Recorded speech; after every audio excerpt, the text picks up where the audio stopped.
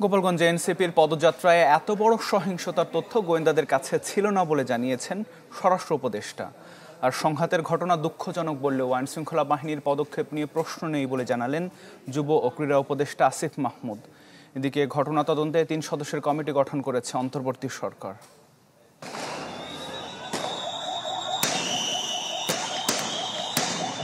গোপালগঞ্জে জাতীয় নাগরিক পার্টির সমাবেশের দিনভর দফায় দফায় হামলা চালায় আওয়ামী লীগ ও নিষিদ্ধ ছাত্রলীগের নেতাকর্মীরা। এ ঘটনায় 4 জনের মৃত্যু হয়। এ পর্যন্ত গ্রেপ্তার হয় বেশ কয়েকজন। গোপালগঞ্জে সংঘটিত সহিংসতা ও প্রাণহানির ঘটনা তদন্তে স্বরাষ্ট্র সচিবকে প্রধান করে একটি কমিটি গঠন করেছে অন্তর্বর্তী সরকার। রাজধানীর ফরেন সার্ভিস একাডেমিতে সংবাদ সম্মেলনে এ কথা জানান প্রধান উপদেষ্টার প্রেস সচিব শফিকুল আলম।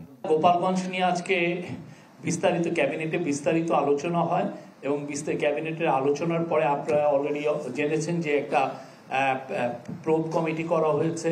14 দিন তাদেরকে দেওয়া হয়েছে ইনভেস্টিগেট করে তাদের রিপোর্টটা চিফ অ্যাডভাইজারের অফিসে সাবমিট করবে। এদিকে গোপালগঞ্জে সংঘাতের ঘটনাকে দুঃখজনক বলছেন যুব ও ক্রীড়া উপদেষ্টা আসিফ মাহমুদ সচিব ভুইয়া। এটা তো দুঃখজনক।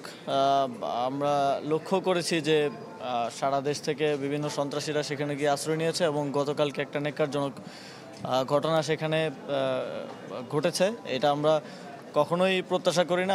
গোপালগঞ্জে যে এত বড় ঘটনা ঘটবে সে তথ্য গোয়েন্দাদের কাছে ছিল না বলে জানিয়েছেন স্বরাষ্ট্র উপদেষ্টা জাহাঙ্গীর আলম চৌধুরী। এই ঘটনায় জড়িতদের কাউকেই ছাড় না দেওয়ার হুঁশিয়ারি তার। যারা অন্যায় করছে তারা গ্রেপ্তার হবে।